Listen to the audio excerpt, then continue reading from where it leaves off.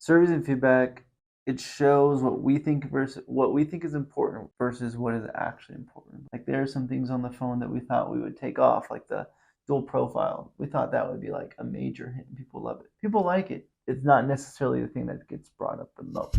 Same thing with the aggregated messaging. For us, the reason we didn't want to get a phone is because we wanted DMs, The Instagram access, DMs. yeah. And so to us, That was the end all be all. yeah, it's like, look, this is a solution.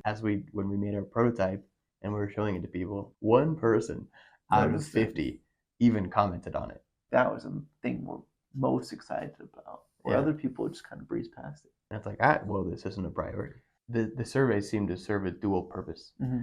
It helped us get our idea out there. So it was one way of doing some sort of market validation, not just what do you think of like the UX and UI, but also what do you think of the idea? Kind of an informal pitch as well. Hey, what do you think about this? Oh, dang, that's cool. Here, try it out. What do you think? This is what we're thinking that is going to look like.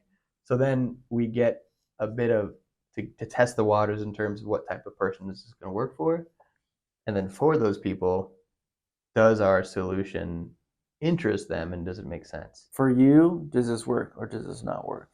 Who do you think this is actually built for? What do you think this is actually built for? And seeing the range of variety of answers there, it was like, okay, so people think this will work for all these different age groups for different reasons. Mm-hmm. And I think that was a bit eye-opening to me because I feel like I had the feeling and the assumption that they were going to all say one group of people for this reason. No, it's so broad, which means there's a lot of people who are open to possibly using this. Going based off surveys, that's the response we're getting, is it could potentially be for everybody. Mm-hmm. So our challenge, how do we narrow that down? What we tell people now is we are building for simplicity so that older folks can use it. Mm-hmm. So the UI and UX needs to be so simple that you can give it to somebody who's a bit older and they can just use it straight out of the box intuitively. Yep. The privacy needs to be built for someone who wants to just live completely off grid. They want to be self-sustaining. They don't want to interface much with society, if that makes sense. So privacy and security standards for them.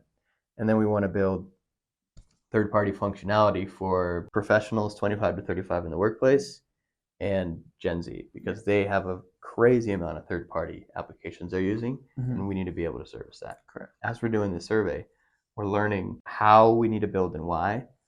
And on the flip side, when we're talking to people now, our explanation of the phone is becoming so much clearer.